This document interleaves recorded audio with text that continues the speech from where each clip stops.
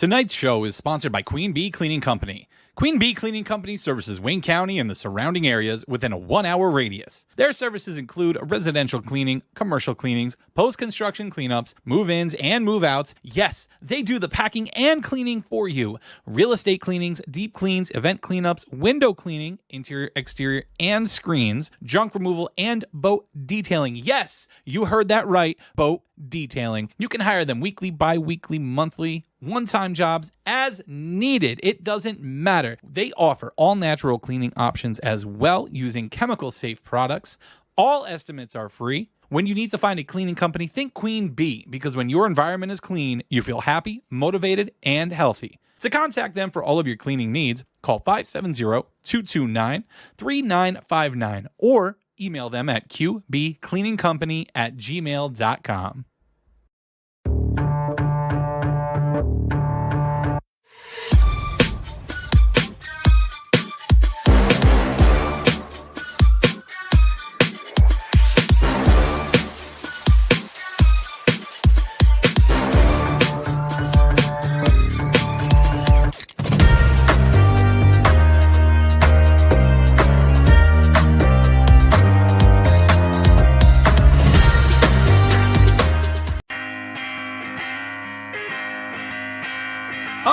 Y'all, it's the Nonsense and Deep Thoughts Podcast.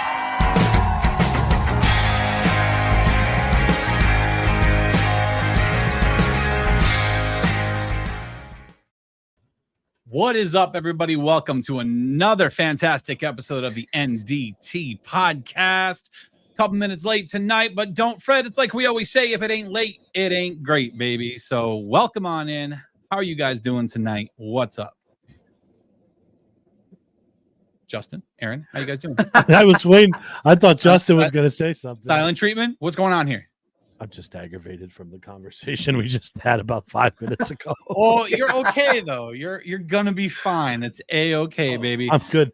Just things in your past you tend to forget, and then something just brings it all flooding back. I get it.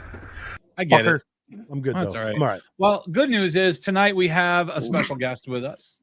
You know, we've been having a lot of great guests on. Tonight is no different.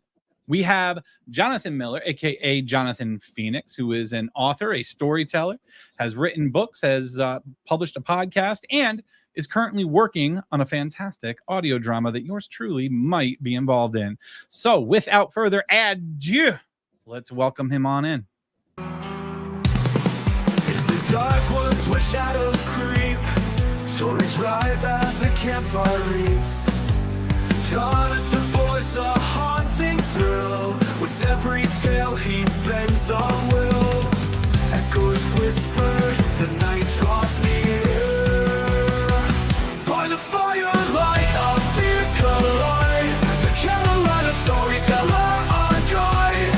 Through the spooky, the threatening fight, fables of darkness igniting the night of the night. What is up, Jonathan? How are you doing on this fine Sunday evening, my friend? Well, you know, it's a Sunday, so that technically makes it my Tuesday with my work schedule. And when you count the work that I do for the Carolina Storyteller and everything, this is just technically Monday, the 1,782nd. So I'm doing great. As good as you can, man. Always feel like you're working, right? Oh, yeah, always. So before we get into what it is you do and your passion for writing, there's another thing that I wanted to mention about you. You have mentioned on your own platform your work in the field of firefighting and all of that, correct? What exactly have you done in the past?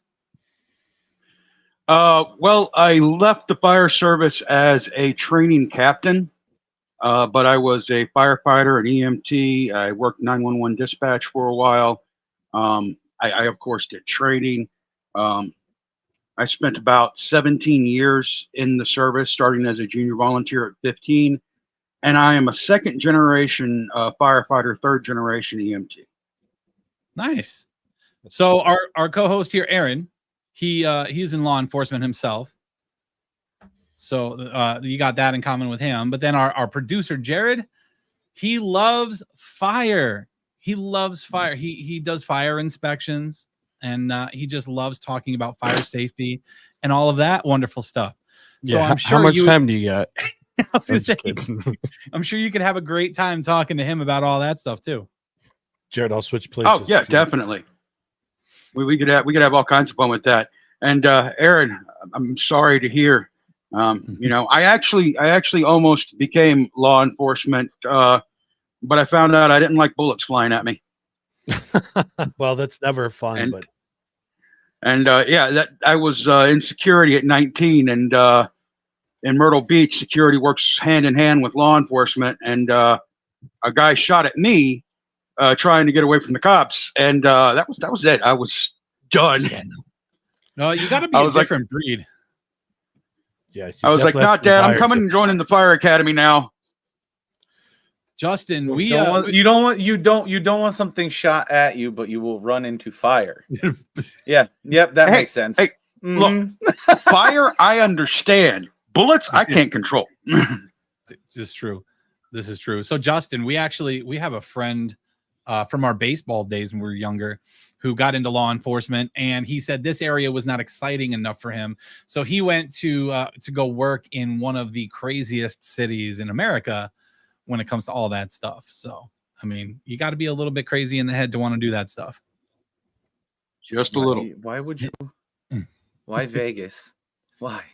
His name's Kevin, and that's as much as I'm going to give to you, but you know who I'm talking about. I know you do. I know. I said, why Vegas? Yeah. I don't know. CSI. He loves it.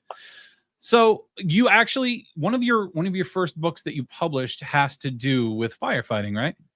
Yes. It was originally titled Through the Flames, but it's now part of a series. It's Through the Flames, The Arsonist. And it's the first book in the series. The second book hasn't been finished yet. And the third book is outlined. But yeah, it covers firefighting. It focuses on a fire department that has just suffered a great loss. Their chief has just passed away. And as they're reeling from that, they have a serial arsonist that is setting fires in their community and, of course, escalating and causing harm to people. I think it has a pretty exciting ending. A lot of people enjoyed it. It was a really good book. And I drew a lot from my experiences in there. And that was something that helped me deal with my PTSD, actually. Oh, really? That's cool. Yeah. Interesting. So a lot of people would say that the firsthand experience and writing from things that you've experienced yourself there, it can make the writing a little bit better. You think that really helped you out? Yeah. Oh, definitely. Not only did I go from my experience, but in things that I didn't know about. You know, when you work in this, and I'm sure Aaron can attest to this, when you work in emergency services, you're basically in a big extended family. I mean, even though fire and police pick at each other all the time, we're still family. They're like the distant cousins that, you know, aren't as cool as us because they don't get to ride in the BRTs. But it's okay because we can pick on them. But if anybody else picks on them, we're going to come running at you with a baseball bat. But I was able to go to paramedics and officers and people that I knew that I had worked with in the past. And I was like, look, you know, I'm doing this thing. I'm writing this and I have this scene. Give me some insight on how you would handle this situation were you in that scene. And so there is a scene where everything that is said and done for a patient in that scene came straight from a paramedic. That's pretty cool. So what got you into writing in the first place? So you were a firefighter for all those years. When did your love for writing start? When did that develop? So I always wanted to be a writer. And honestly, my dad always thought I was good, but I didn't grow up with my dad. I grew up in a foster home. And so I was regularly told that I wasn't good enough. And so I believed that. So I would always write a little bit. And so firefighting was actually my second passion, but it was what I was good at. And it was a life that I loved living. I actually start writing professionally until the pandemic. I was dealing with my PTSD. I couldn't get the therapy. I'd been in treatment for 2 years, and I needed an outlet. I needed some way to do it. So I started writing. I wrote a book in about 6 weeks that was basically just me dealing with a lot of personal issues from my past and from growing up in foster care and that kind of abuse that had messed with me. And then I wrote Through the Flames. And Through the Flames, because I kind of made it more fiction than real, I sent off to a publisher, and they liked it, and they published it, and it wasn't exactly the best relationship. I don't like to disparage on things that went wrong there, but we've ended our relationship. A couple months later, I wrote Redcoats, and I just started going back kind of to, I have this mountain of short stories and things that I've just written out over the years. You know, when I was sitting down, I had nothing better to do. I just write a little story. And so I keep going back to the mountain and just mining for something. And that's where all of these ideas come from. So I'm really making up for lost time with all the writing that I'm doing now. I'm trying to catch up with all the stuff that I've had sitting on the back burner for years that I never did anything with because I didn't believe in myself. So how does the mind of a writer work? Like Justin and I, we've always been into writing ourselves. I mean, we started back in middle school. Justin, I don't know how much you've written since then, since we were in high school, but we were always very into it. I mean, our logo, we've had to explain several times over to people that our logo is because we've had a love of Edgar Allan Poe for a very long time. It's actually not the Baltimore Ravens. Allegedly. It's the Raven for it's the Raven for Edgar Allan Poe. But funny you mentioned Edgar Allan Poe to the guy that lives right next to the city where he was stationed, in the military. Awesome. That's pretty cool. So how does your mind work? Do you always have stuff running through your head? Is this all you think about all day, every day, like different ideas for your stories and whatnot? I have ideas that pop in and out of my head almost constantly. I will, sometimes I'll reach out to somebody and I'll be like, dude, I got this idea for this thing that's going on, and it's this. And they're like, wow. And I keep notebooks all over the place so I can just jot down an idea I have. Like, I work security at a data center as my full-time job. So I'll write things like, just off the top of my head, one of the things that I wrote was monster in data center killing security guards. That's just something I came up with. And I'm still running that idea in the back of my head constantly. One day I'm probably going to write it. My goal right now is to create the next great slasher. I want to create something that stands shoulder to shoulder with Michael Myers and Jason Voorhees and all these other characters that are iconic in horror. I like horror. That's a huge goal. That's a lofty goal to try to hit something like that. You have any ideas in mind? Always question the sanity of the writers of those. Like Saw and like, oh my God, how fucked up sometimes do you have to be to write that shit? So don't read Redcoats then, because you will question my sanity. I wrote Redcoats, and my boss at the time bought a copy as soon as I had a copy. As soon as I had it, he said, "I want one. I'm going to buy one from you. I want to read it." He read it. I come in the next day to work, and he looks at me and he goes, "I'm scared of you." And honestly, Redcoats is where I'm getting my idea of building the slasher villain from, because Redcoats, the bad guy, is it's a reincarnated Revolutionary War soldier, a redcoat, if you will, and he's kind of going around and killing kids in redcoats. And I thought, what if I could just bring him back and have him constantly returning and killing people? He would be a great, if I could find some way, because the way I have them doing the murders is they kind of trigger accidents. They don't actually do the killing in the book. They trigger little accidents that happen to people.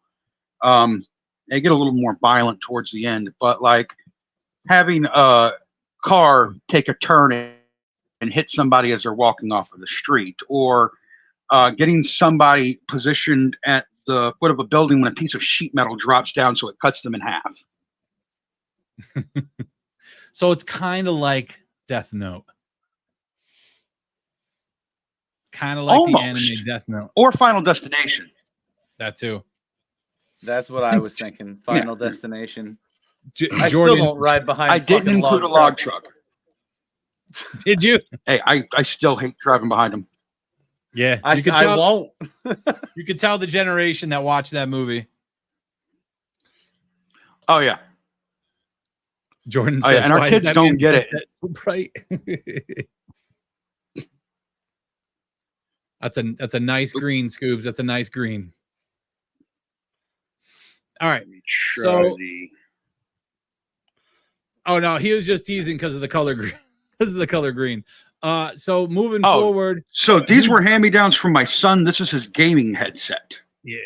So we got him like this $70 gaming headset. Now he's got another setup downstairs. So he gave me this awesome gaming headset, and this just happens to be his color. So nice. Yeah, my headset broke a couple of weeks back. I haven't gotten a new one yet, so I'm utilizing my gaming headset too. As much as I hate it, that's all right though. I'm cool with it. Hey, fuck you, Corey. Thanks, Jared. So moving forward, you also do a show, a podcast called the Carolina Storyteller. So this is where you tell ghost stories from the area around South Carolina, right? It's like all over South Carolina is what you. I don't just do South Carolina. You do more than that? I do more than that. In fact, what I like doing and what's my favorite thing to do is when I can get a guest on there, I'll find out all I can about where they're from, and I'll tell them a story about where they're from. Or we'll talk about a story about where they're from. I've talked to, I don't know if you guys ever heard of Lovely Lady Kissa. She's from Boston, Massachusetts. And we did Lizzie Borden together. Oh, that's cool. I talked to the Metal Maidens from out in Colorado, and we talked about one of the hotels out there that was haunted. I like to get people on their vein, because while telling the stories is fun, if I tell you a story about Charleston right now, how many of you are going to be in Charleston anytime soon? But if I tell you a story that's in your backyard, it's going to have more weight to you. And I like to give that weight to the story when I'm giving it to my audience. But I do cover all over. I've even done some myths, like the new game Wukong is out. And when I had Jane SG on, who does all of the Dragon Ball Z cosplays, she does gender bent Dragon Ball cosplays. I told her the story of Sun Wukong, who is the inspiration for Son Goku. Oh, nice. And now they've got the video game out, Sun Wukong, and all the Gen Alphas are like, how can you say that Goku was inspired by him when the game came out in 2024? I've never killed a kid before, but... So, Justin, Sounds like an idea for a book. This just... Oh, God.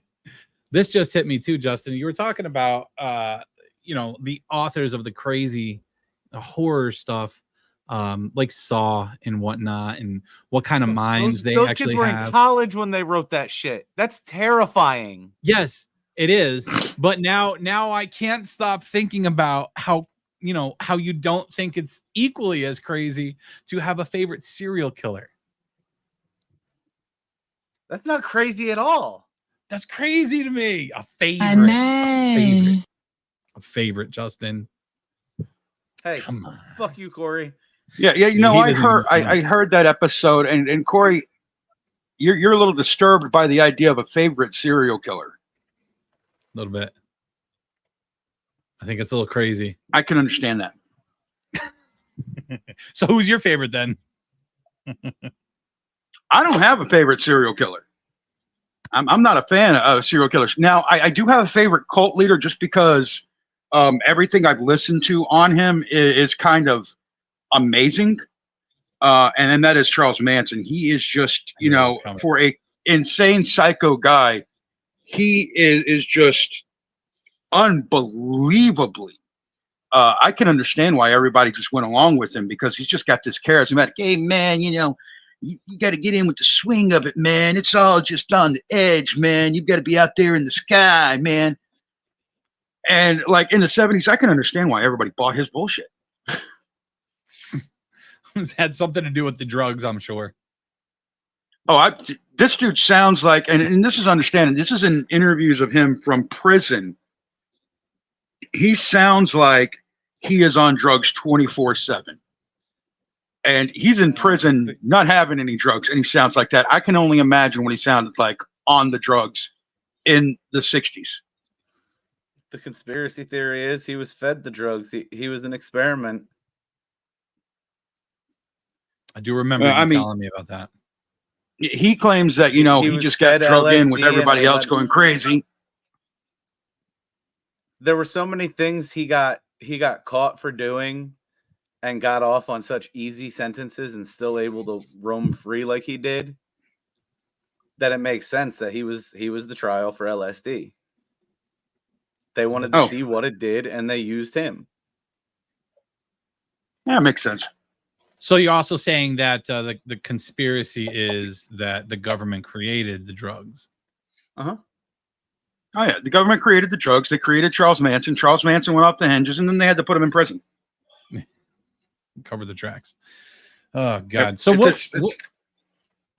there's a massive book on it. It's called Chaos. Like 1,200 pages. I have not read that book, but I feel like I could write it. It just shows how easily swayed the human mind is.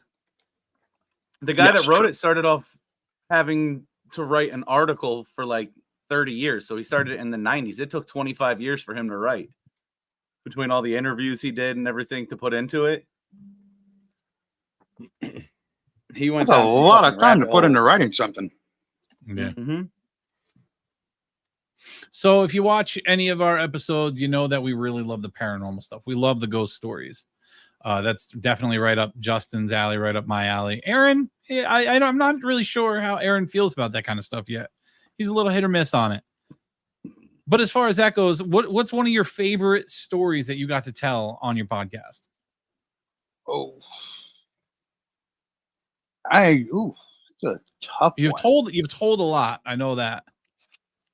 I guess it depends, on whether you want the true stories or legends. Because there's my favorite legend has got to be the Plaid Eye. It's a Gullah legend, so a lot of people don't know it. It's around here, but the Plaid Eye has got to be my favorite one to hear and my favorite one to tell, because you can't tell it without dropping into some of that Gullah speak when you talk about them. The Plaid Eye don't going to get you. You're going to have to deal with that Plaid Eye. But I think overall, my favorite story is going to be the Gray Man. So give us you don't have to tell the whole story, but give us a little bit of insight into what the Gray Man is. The Gray Man is historically known to appear on the beaches between Savannah and Cape Hatteras, North Carolina, though he's primarily associated with Pawleys Island, South Carolina, just before a hurricane hits. I grew up in Pawleys Island. When Hurricane Hugo hit Pawleys Island, my cousin took me out surfing that day, and we got escorted off by police because we were idiots out there trying to surf when a Cat 4 hurricane was coming in. And later that day, Pawleys Island was split in two by the storm. It's reported that the Gray Man was seen before the island was hit. He appears before hurricanes. It's kind of a warning. Hey, get out of the area. This is going to be bad.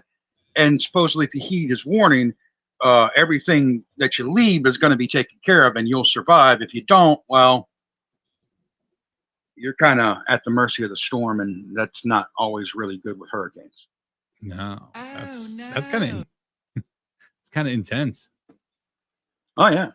Have there been many sightings? Like how many sightings have there been of this? So in 1989, there were 3 people that saw him on the beach that day. They claimed to have seen him on the beach right before Hugo hit. In fact, it was because they saw him that the police went back out to look, because somebody saw the gray man and they found 2 kids out there trying to surf. He has been sighted before. He was most recently sighted before Hurricane Florence in Myrtle Beach. But just before every single major storm that's hit this coast of South Carolina, if it's going to have any impact on the Grand Strand area, basically, he shows up. Somebody says they spotted the gray man out by the beach. He's about as reliable as Jim Cantori. That's pretty cool. And he's been showing up for more than 200 years. That's on record for that long? Mm-hmm. Oh, shit. In fact, there are arguments as to where he came from. Some people think that he was a sailor whose wife lived on the island, and he went out to sea and got killed in a hurricane. That's the story that I tell. Others believe that he owned a inn that was there on the island and passed away and started warning people about storms. Others believe that he died in a marsh coming through to meet somebody on the island to warn them that the storm was coming. So there's a whole bunch of different stories as to how he came to be, but he's been there for over 200 years telling people, hey, hurricane's coming. Might want to leave. That's pretty neat. That's pretty cool to hear. Cassie says the paranormal, real or not, is just not for me. I get nervous in the dark. You don't have that problem, do you, Jonathan? Not really. No. I work nights. I've always worked nights. And, like you said, I run into fire. But I do, if there's a place that I don't go into, generally I look at somebody and I go, I don't know what that is, but don't go in there. It gives me the willies. And there are places that do that. There's a place nearby here that I will not go at night. And I've told people I'm not going there at night. Good luck. So Jared dug some stuff up for us. He wants us to let everybody know that if you guys want to check out the Gray Man and the Plaid Eye episodes, they're episodes 6 and 7 of the Carolina Storyteller, which you can find on Spotify, Apple, and many other podcasting platforms. So they are really good episodes. Have you had any personal paranormal experiences? Yes. Actually, yes, I have. These are the ones we really love to hear about. Next week's episode is going to be covering one. And actually, if we're throwing out episodes, episode 2 and episode 4 are both paranormal experiences that I had. There was an incident where me and some friends visited a graveyard at midnight. Nope. And I was challenged to walk around the graveyard by myself. No. Understand, I was the run of the litter, so I had to do it because I needed some street cred. And something came at me. It scared the crap out of them. I got pissed at it, and I started blaming them for it. They denied it, so I went back in to try and find it. And as I went to go back in by myself, this scream erupted from the graveyard. Everybody took off running and left me. I realized that, and I took off running and passed all of them and was upstairs before they got in the house. Oh, that's good news. I love it. Like, understand, like I'm like, I've got that mentality that I will run into fire. Yes. But I also know that when the fire is going to get me, I need to be the first one out.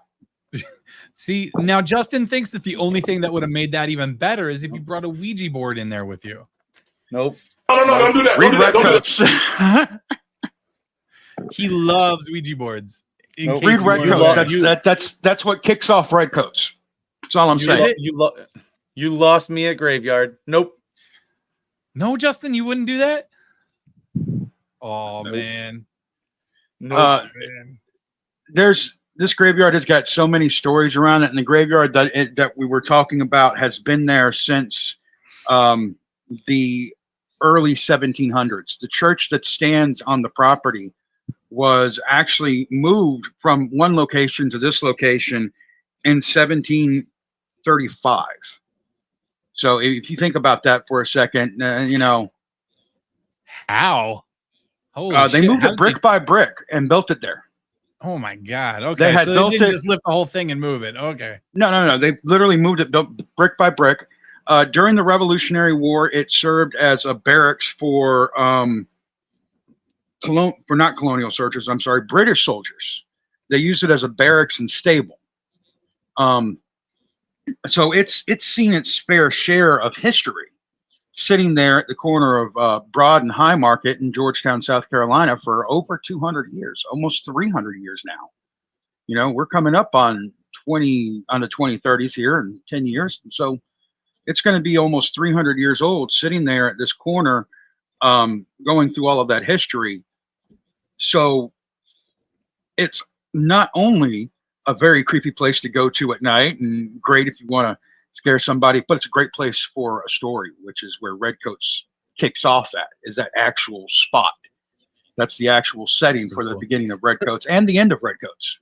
See Justin still shaking his head up there. Nope. Look, Well, my mom lived in South Virginia for a couple of years. I went down to visit. Beautiful area. Beautiful area. I could never live down there because all the family cemeteries down there. Houses literally built right next to cemeteries, and they were just everywhere. Too many. The chance of getting a house next to a cemetery down there is too high. No, it's not happening. So, Aaron, I know we've talked about this before. We want to take a trip down to Gettysburg, but how willing is Justin going to be to go down there? Oh, Justin I'm down for Gettysburg. He'll be fine during the day. At night, he's going to freak out. No, cemetery. It's just cemeteries. I hate cemeteries. Well, So I'm sure we. Gettysburg is 10 times worse than any cemetery. Trust me. Don't, John, shut up, bro. It's not the ghosts that bother me. I just don't like cemeteries. So when they light up all the candles on the graveyards, the gravestones in the National Cemetery in Gettysburg, you're not going to walk through there? I don't know. They put luminaries out right where Lincoln gave his Gettysburg address. It's actually a really beautiful scene. So it's cool. Take you to Jenny Wade's grave. It's great. Definitely going to make our way down there and do some stuff down be a there good time. for the show. Yeah, we'll have fun with that. Maybe we'll even hit up one of those ghost tours down there from who is it again, Aaron? Mark Nesbitt. The Nesbitt. Yeah, the Nesbitt tours. That's right. Johnny Gustafson, welcome in, my man. Gustafson and Sons Towing, one of our amazing sponsors for the show. Robbie, how you doing, man? He likes graveyards. We might have to do something in a graveyard sometime soon. Get Justin on a challenge here or something like that. So you've evolved over the years. For what? I don't know. We're gonna challenge you, get you in the graveyard. We're gonna do something. We'll do something. Get you in a graveyard to do an episode. Midnight walk around it. Yeah. We'll do something fun. Don't worry, we'll hold your hand, bro. I don't need street cred with nobody. Oh, come on. It's just a walk around the graveyard. Nope. Ah, man, I want to so We'll bad. do it at noon just to see if we can do it at noon. Yeah. Okay. We'll start small. Nope. Baby steps, Listen, right? It's hard to get me into a cemetery for a fucking burial. You have to understand something. Gettysburg is just one huge cemetery. They didn't Pretty put, much. they didn't Really put is. all the bodies in the cemetery. They just buried them where I they know. could bury them. So Whoop, my wonderful wife in chat let me know I've got some Chinese food waiting for me. Thank you so much. I can't wait. Sarah wants to go back to Gettysburg. So, yeah, I mean, you guys are close enough down there, Sarah. So Road when we trip. set this up, you guys are coming up too. It'll be a good time. It's not going to be just a boys' trip because if I go to Gettysburg and leave my wife home, I'm going to get my ass kicked. I can't have that happen. So, Robbie says Sleepy Hollow Cemetery is a good one. Conjuring House Tour. Ooh. Cassie, you just said you're afraid of the dark. I want to visit an asylum. I want to visit an abandoned asylum. That's what I want to go to. That's what I want. Penhurst. Isn't Penhurst close to you guys? Yes, I believe Penhurst is. That last I don't know if they tore it down, or if they just have it completely blocked off to where you cannot get to it. I'm gonna have to look at Well, it. I think they let certain groups go in there, but it's basically shut down. But I don't believe they've torn it down because I believe it is a historical building. Okay. I believe they I'll were have to look trying it to up. restore it at one point. There was one out on Staten Island too, wasn't there? An old asylum. I don't think it's on Staten Island. I think it's an island next to Staten Island that's out there that I've heard of. But yeah, there's an old asylum up in New York City. That one's supposed to be all kinds of crazy. I watched an episode. I think Paranormal State went there when he was doing his shows. Okay, See, real quick. That I would do. That would be fun. Or maybe we can. No, I don't want to go to Philly. Otherwise, I'd say we can go to Eastern State again. Eastern Penn. Yep. So anyway, before we get on to the next portion of the show, why don't we take a few seconds to pay one of our bills with one of our lovely sponsors? Today's episode is brought to you by Gustafson and Sons Towing, located at 29 Davis Road in Milanville, Pennsylvania. Gustafson and Sons Towing can handle a variety of services that you may need. Aside from 24-hour towing, they also handle winch outs, long hauls, shed moving, small or medium storage container moving, lockouts, jump starts, emergency roadside fuel delivery, and roadside emergency tire repairs. Got a junk car that you want removed? He'll buy that too and get it off your property. Go ahead and check him out over on Facebook at Gustafson and Sons Towing, on TikTok at Gustafson Sons Towing, or give him a call at 570-280-5890. If your car needs a ride but your wallet doesn't, call Gustafson and Sons Towing, 570-280-5890.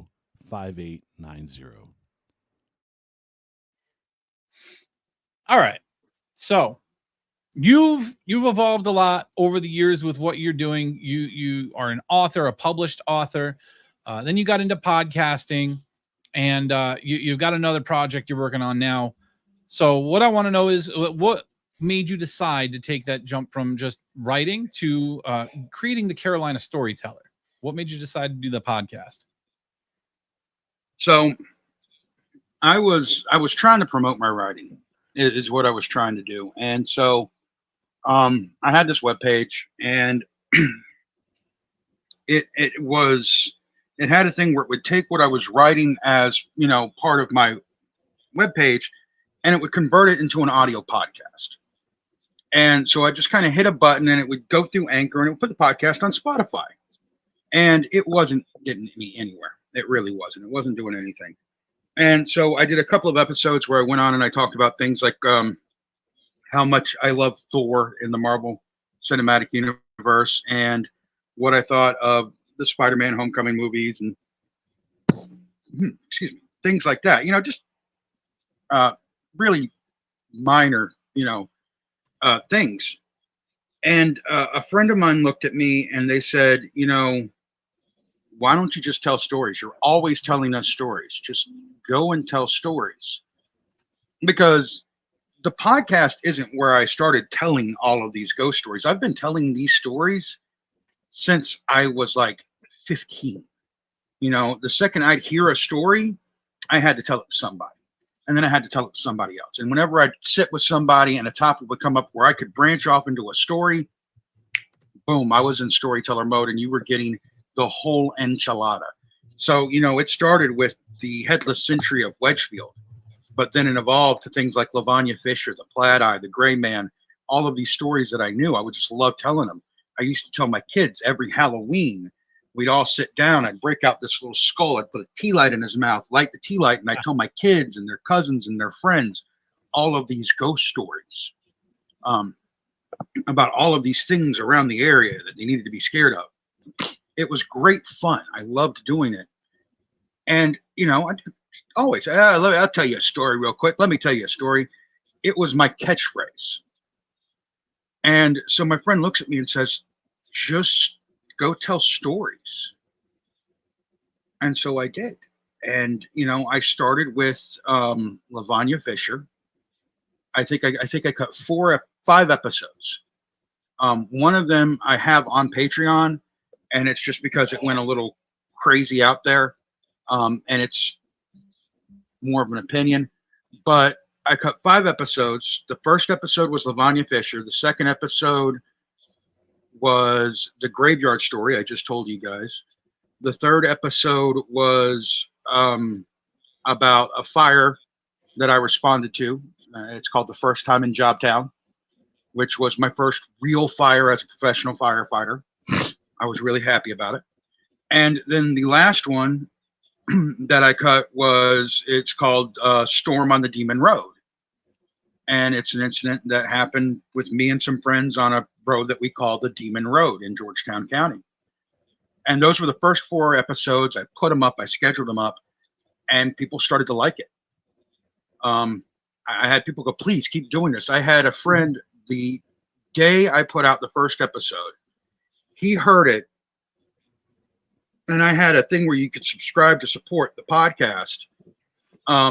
And he jumped in there and he subscribed at $10 a month on day 1. And he said, I'm doing this so you will keep doing it because I believe in you. And he supported me from day 1. He still supports me to this day. He's probably my biggest fan. Thanks, Adrian. Seriously. That's so awesome to get that kind of support. Yeah. And the thing is that,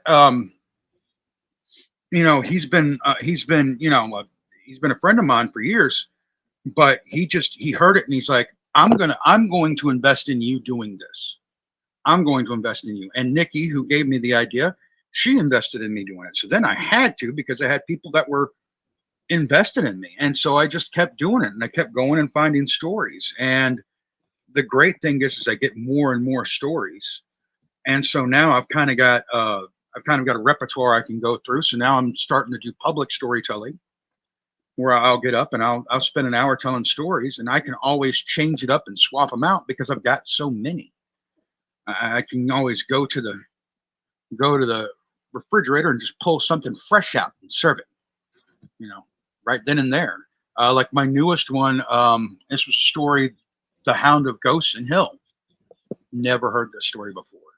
I got an offer to do a job up in Union County that I'll be doing on October 12th. I'll be appearing as a storyteller there for their big festival.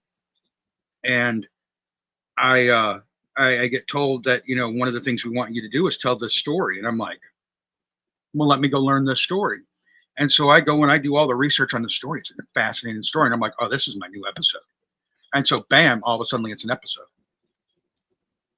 I was going to get to asking you about that too, because I did notice that you do these cons now and you go out and you do these live events. So how much of a change is that from, being an author and writing and doing this in your own home, in your own time, to switching to the audio form with the podcast? Now you're going out and you're doing things live. How much different is that? And how much enjoyment do you get out of that? So the thing with doing things live is that I was an instructor before I was an author. So standing up and talking to people is something that I'm good at doing. I'm good at delivering information. So being able to stand up and talk to them and interact with them, I enjoy that a lot more. I enjoy the oral storytelling to a crowd more than I do telling it on the podcast, because I can say it on a podcast all day long. I have no one coming back to me with anything. I can't feed off of anybody when I'm saying it into a microphone. Even when I just have one guest or one person on there, it's not the same as when I have a crowd to feed off of, and I've got reactions that I can see, and I can hear the gasps over here, and it's a different energy. So I love doing it. That's cool. Okay. So now we move on to your latest project that you are currently working on, which I thought was really cool to hear that this character in this story was 20 years in the making, I believe you told us. Oh, with Valmont? More than 20 years in the making. No, right at 20 years in the making. Yes. I started working on Valmont. Remember how I said I had that mountain of stuff that I could go back to? Valmont is probably closer to the base of that mountain. I created him in 2004. I was playing a vampire game with some friends online. and I created this character, and he's evolved over the years, and I've always gone back to him and kind of written more of his mythos, and then just kind of abandoned it, walked away. And then I go back and I write more of his mythos. Well, now there's this going on, and now there's that going on, now there's this going on. And I kept wanting to write Valmont. He was he's the thing I never was able to get finished. It's like I wanted to do his story, but I could never figure out how to do his story.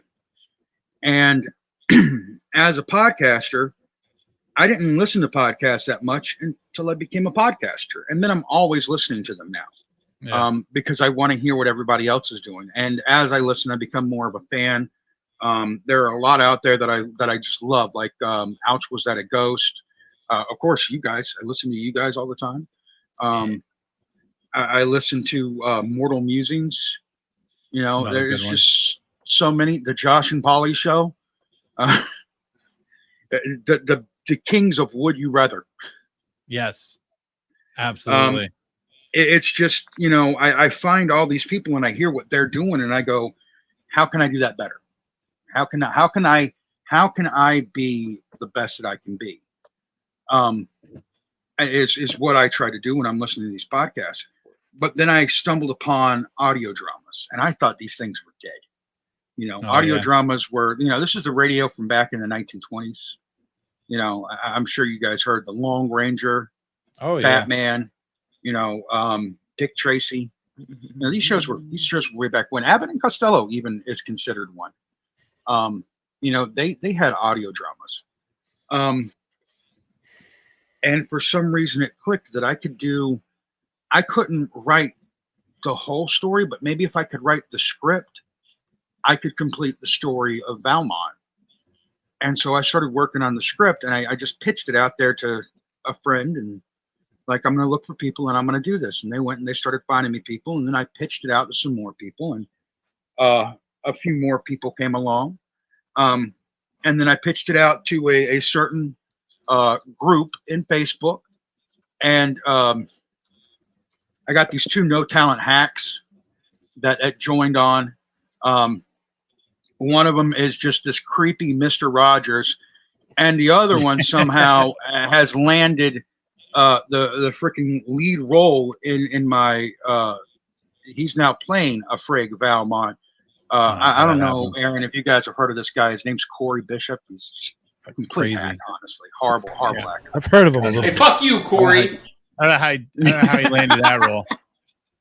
Yeah, but no, I mean, like, you came on, Josh came on, you know, everybody started coming on and they started reading the script and they're going, oh yeah, we want to be involved in this. And as it's evolving, it's becoming this bigger thing, and I'm finally going to be able to get my story told the way that I want it to be told, and it's going to sound great. It's going to be beautiful. And I'm just like, what do I do next? Well, you have big plans for this one, which is really cool. You know, we only have a certain amount of episodes that we know about so far that we've been able to read. But you personally have plans for many, many seasons.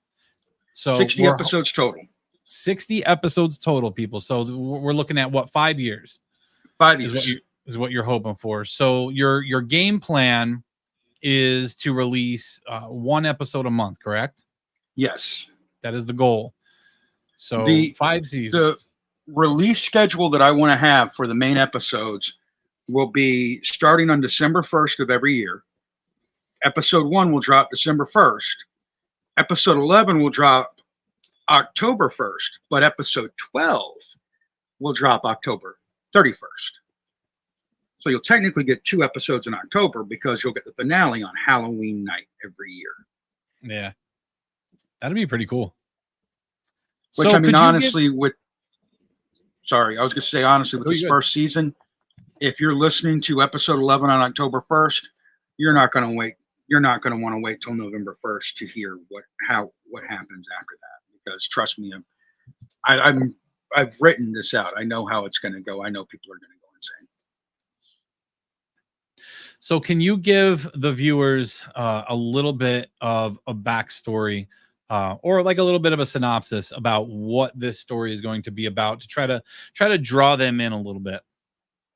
So the story follows Afraig Valmont, and he is an orphaned former Marine who's kind of turned himself into a gun for hire. He comes from an affluent family, but he doesn't want to be a part of that life. Recently, his ex-girlfriend's dumped him. He's kind of down in the dumps, and his best friend is basically a mob boss. So he's not really doing bad for himself, but he's not doing great. And he gets drugged into a case assisting a 300-year-old vampire in solving a series of disappearances and deaths in the city. He gets to find out about vampires, and he gets to find out that he is much more than he seems. And that's the synopsis for season 1. I don't want to give too much away on the character, because there is so much that's going to be revealed over the next 5 years. I feel like there's going to be a lot of development for Afraig. That's what I'm getting so far. Yeah, well, I mean, there are characters that are in play that you don't even know their importance yet. They're just there. Mm-hmm. And then, of course, there's relationships going on. I mean, he has his on-again, off-again relationship with Sergeant Sarah Klein, and then he has the issues with his first girlfriend, Samantha Morningstar, who he's grown up with and who is just like the bane of his existence, and at the same time wants to be his best friend. Yeah. So I'm really excited for this one too, man. Like I'm excited to be a part of it. I wanted to try voice acting for a very long time, and to get the chance to do it, I think it's really cool. It's been a lot of fun so far. And I can tell you have the face for it. I do. Same here. I've got the face for radio. Yeah, I used to say that all the time when we were just an audio podcast. I'd say to Justin all the time, man, I got a face for radio. We're good. We're going to be fine. My wife did ask in chat before if you are an avid reader as well, and she's asking if you're an Anne Rice fan. So I have read a lot of Anne Rice books. I don't 100% say I'm a fan because I haven't read all of them. I think my favorite is The Vampire Lestat. I think this is the title of the book. It's the one that focuses on Lestat. But I haven't read all of Anne Rice's fans. I read a lot of the I was a big fan of Jim Butcher. I read a lot of Stephen King. I read a lot of, believe it or not, the Sookie Stackhouse books. Those were some interesting vampires. And then I got into a lot of the, of course, Tolkien stuff. And my biggest influence, I think, and my favorite books to read were by Mark Twain. There you go. Nice. All right. So as far as Valmont, the Black Raven Chronicles goes, the first episode you're looking to drop on December 1st of this year, correct? Yes. So December 1st of this year. And where can people find that? So it's going to be it's going to be everywhere. It's going to be on Spotify. It's going to be on Podchaser. It will be showing up on YouTube, on the Carolina Storyteller YouTube channel. As many places I can get it distributed to, it's going to be going to Apple Podcasts, Google, wherever I can send it, it's going. Deezer, I've got everything set up. And there's already some teasers and some prequel stuff that's out there now. I'm going to be dropping these kind of leading up to. There's a character that another hack is playing called Agent Black. He's like the FBI agent investigating all of this stuff. And he's going to be dropping reports leading up to the first episode on December 1st. So where can all these wonderful viewers find all this extra content that you're putting out ahead of time? Oh, it's all going to be right there. Everything is going right there.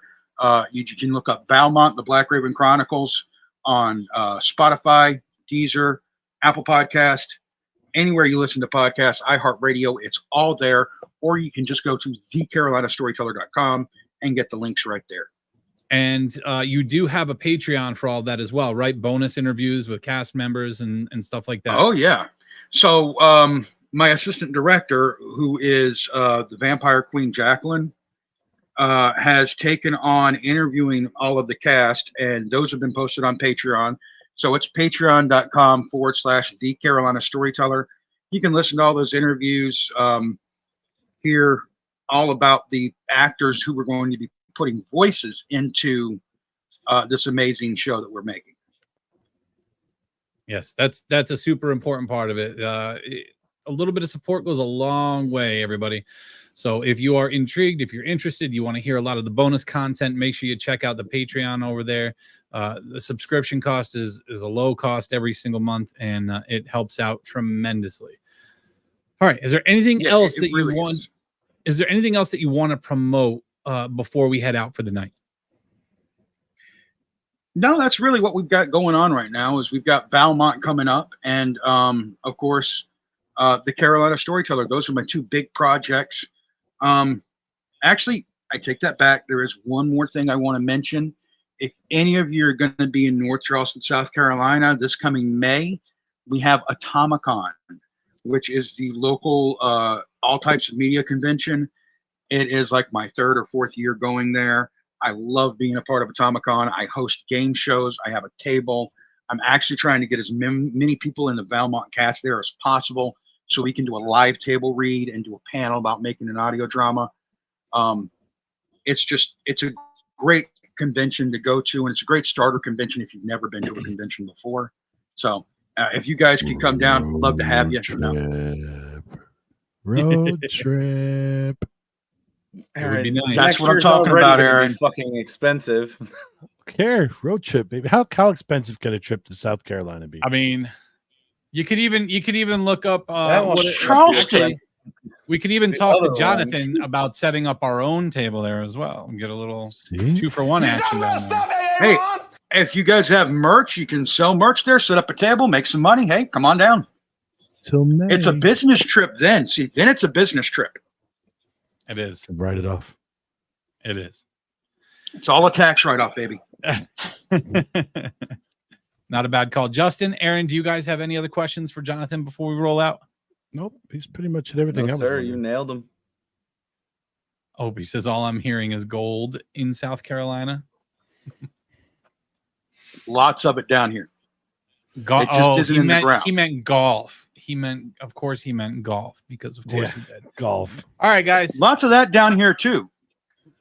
Jonathan, we really appreciate you joining us tonight. We appreciate you joining us tonight. Please forward all of the local golf courses in that area, that we can hit up for Atomicon. That'll really convince Justin to join us. Guys, thank you so much for hanging out with us tonight. We have the wrestling show coming up this Wednesday night. Again, the gaming show. We're not doing it this Friday. It's no wrestling show this week. Well, you might be hosting the wrestling show. No wrestling show this week. That's right. Cancel that. They're going to see the New York Mets play. So we'll see. We might have a wrestling show this week if I can convince some other people to co-host with me. So we'll see. We're tentative. We're going to try. Gaming show comes back next Friday night, not this upcoming Friday. And our next guest show on the Variety Show next Monday night at 7 p.m. Eastern. Same place, everybody. Same place. So until next time, we will see you all later. Later. See you soon.